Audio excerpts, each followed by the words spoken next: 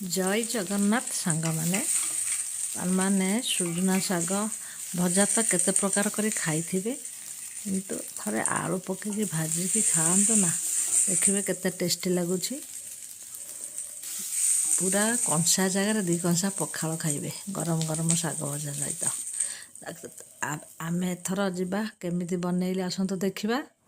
प्रथमे मु किछि सुजना शाग को आनी ताको भल कि झाड़ी झुड़ाकी ताको प्रथमे कौन कली भल भाव बाछि नेली ताको गोटी गोटी करी बाछि नेली देखो कि सुंदर कौलिया शाग वर्तमान गछरे हिची ताको भल भाव सब बाछि नेली तापरे बाछि बुछा कि ताको भल भाव धोईकी ताको गोटे पात्र रे मु छांकी रखीदेली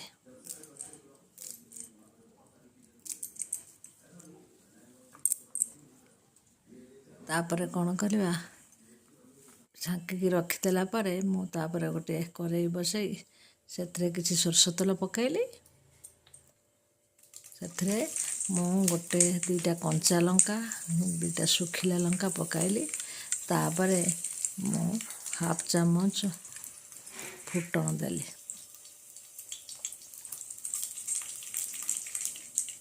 फुटण फुटेला मु गोटे बड़ पियाज को काटी रखी ताकू पकाई भाजिली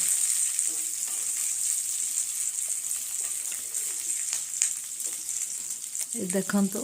आमर अल्प भाजी भजा आइला बेले तापर मु गोटे आलू को सरू सरू करिकी काटिकी रखी ताकू पकाइली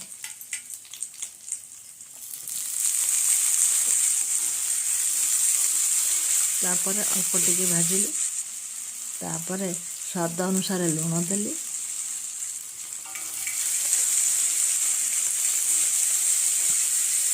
लुण देला पर ताकू टिके मु अल्प समय 2-3 मिनट पाई घोड़ाई देली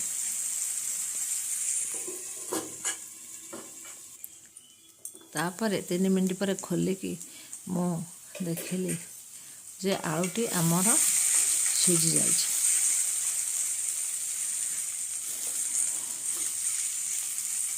बेसी सिझेबेनि खाली अल्प अल्प सिझी थी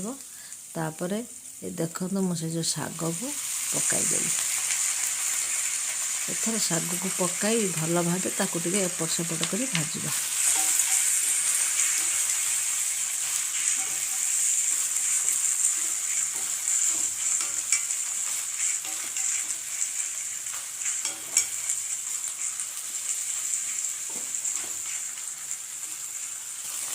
देखंतु केते सुंदर देखा तार बासना भी बहुत बढ़िया आसुचे